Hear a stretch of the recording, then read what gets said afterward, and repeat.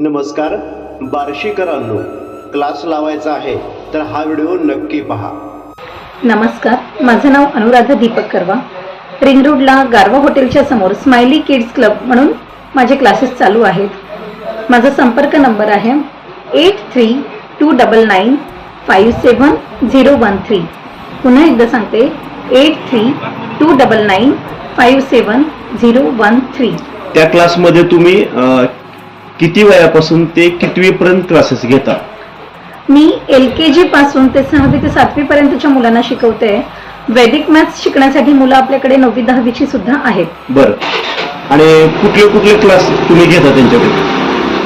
LKG पासून मुलांना आपण जनरली हँडरायटिंग शिकवू शकतोय, श्लोक शिकवू शकतो, संस्कृत भाषा शिकवू शकतो. कारण संस्कृत भाषा आपण LKG UKG पासून मुलांना वाटते, म्हणजे पालकांना वाटतंय की ती खूप म्हणजे 8वी 9वी 10वी मध्ये संस्कृत असतंय शाळेत, इतक्या लवकर कसं काय शिकवायचं.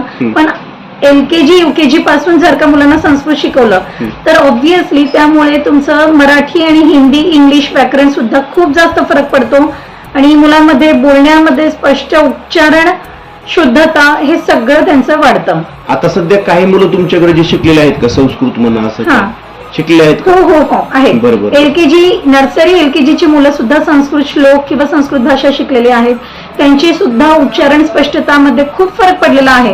जी मुलं अडखळत बोलतात किंवा तोत्रे बोलतात मुलं, त्यांच्या उच्चारणामध्ये सुद्धा फरक पडतो. संस्कृत भाषेमुळे स्मरणशक्ती नक्कीच वाढते.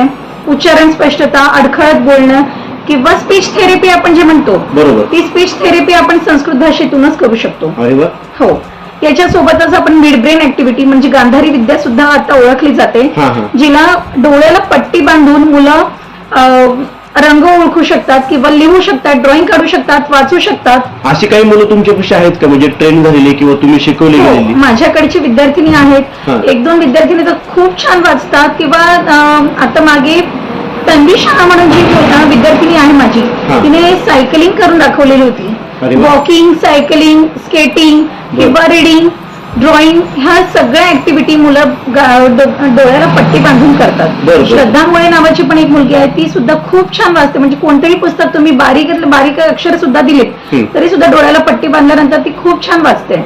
आपण नेहमी बऱ्याच वेळा लाईट गेली, अंधार असला तरी आपण स्टॉप होतो, एका ठिकाणी थांबतो. पण ही मुलं डोळ्याला काळी पट्टी बांधून ती एकदम छान वाचू शकतात, लिहू शकतात.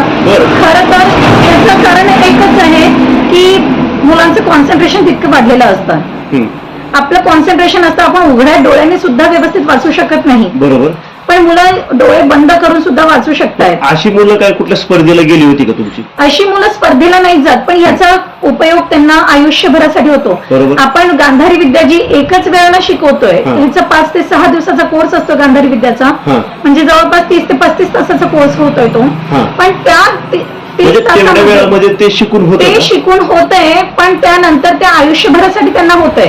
ती गांधारी विद्या जसं तुम्ही शिकता त्यानंतर म्हणजे पुढे जाऊन तुमच्याकडे कोणी येते किंवा तुम्हाला पार्टनरशिप मध्ये कोणाला काम करायचं आहे, मुलं मोठी झाल्यानंतर पालक नेहमी ते विचारतात की मुलांना त्याचा पुढे काय फायदा आहे. त्यांच्या मनात, समोरच्याच्या मनात आपल्यामध्ये चांगले भाव आहे आपल्याबद्दल की वाईट भाव हे सुद्धा आपली मुलं ओळखू शकतात गांधारी विद्यामुळे. ही जसजशी प्रॅक्टिस होत असते तसं मुलांमध्ये खूप जास्त फरक पडतो. त्यांचा चिडचिडेपणा किंवा अस्थिरता, हे जे आहे चंचलपणा, हे सुद्धा मुलांचं खूप प्रमाणात कमी होतं. मॅडम, तुम्ही LKG ते 7वी पर्यंत क्लासेस घेताय, बरोबर? हो. मग आम्हाला एवढं सांगा की तुम्ही प्रत्येकाला किंवा प्रत्येक येणाऱ्या क्लाससाठी विद्यार्थी असतील किंवा विद्यार्थिनी असतील, त्यांना तुम्ही वेळ मॅनेज कसा करता? प्रत्येकाला आपण 1 ते 1.5 तास वेळ देतो सर. आणि मेनली इथे LKG पासून जे मुलं आहेत ना, ते अबॅकस साठी आहेत माझ्याकडे.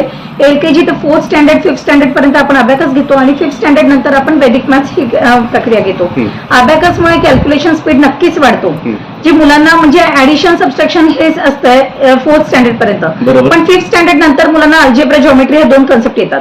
मग त्यामध्ये मुलांना त्यानंतर स्कॉलरशिपची परीक्षा येते किंवा ऑलिम्पियाड एक्झाम किंवा मंथन असू द्या, नवोदय असू द्या, प्रत्येक क्षेत्रामध्ये किंवा 9वी 10वीची मुलं असली 10वी नंतर सुद्धा त्यांना स्पर्धा परीक्षा द्यायच्या आहेत. आणि प्रत्येक स्पर्धा परीक्षेसाठी गणित हा विषय कंपल्सरी आहे. मग कमीत कमी वेळामध्ये जास्तीत जास्त पेपर आणि ऍक्युरेट पेपर कसा सोडवायचा यासाठी आपण मुलांना वैदिक मॅथ्सचं ट्रेनिंग देत असतो. त्यामुळे मुलं म्हणजे जवळपास माझ्याकडचे आता मागे 100 60 गणितं मुलांनी 10 मिनिटात सोडवली होती. मल्टिप्लिकेशन, ऍडिशन, डिव्हिजन, सबस्ट्रॅक्शन हे सगळे त्यामध्ये इन्क्लूड होतं. क्या बात आहे. हा, म्हणजे आपण 10 मिनिटात पूर्ण पेपर पण वाचू शकत नाही. 160 ते 180 गणिताचा मुलं पेपर सोडवतात आहे. विचार करणारी गोष्ट आहे. हो, पहिलीतला मुलगा आहे रणवीर पवार म्हणून, त्याने 300 गणितं सोडवली होती फक्त 6 मिनिट 45 सेकंदामध्ये. बरं, मग तुमचा विद्यार्थी आहे. हो, माझा विद्यार्थी आहे. 8 मिनिटाचा वेळ होता, पण 6 मिनिट 45 सेकंदामध्ये 300 गणितं सोडून त्याचा पेपर पूर्ण झाला होता. म्हणजे एवढा अभ्यासक्रम तुम्ही करून घेते. इथे LKG पासून तर 9वी 10वी पर्यंतची मुलं आहेत अबॅकस वैदिक मॅथ्स शिकण्यासाठी, आणि या सगळ्यांचा अभ्यास आपण करून घेतो इथेच. आपण म्हणजे माझे क्लासेस सुद्धा फक्त शनिवार रविवार न चालता सोमवार ते रविवार रोज चालतात. मध्ये कधीतरी सुट्टी दिली जाते मुलांना, पण सोमवार ते रविवार रोज क्लासेस चालतात आणि त्यांची रोज रिव्हिजन घेतली जाते. आगळगावला सुद्धा बॅच चालू आहे आपली. तिथून सुद्धा आता मध्येच म्हणजे अक्षय तृतीया निमित्त आपण कॉम्पिटिशन घेतली होती. त्या मुलीने तब्बल 2.5 मिनिटांमध्ये 100 गणितं तिने सोडवली होती अबॅकस मध्ये. बरोबर. हा मॅडम, 5वी आहे, 6वी आहे, 7वी आहे, हो, एवढे जे विद्यार्थी तुमच्यापाशी येतात बरं का, हो, तर त्यांना तुम्ही कुठले कुठले विषय शिकवताय?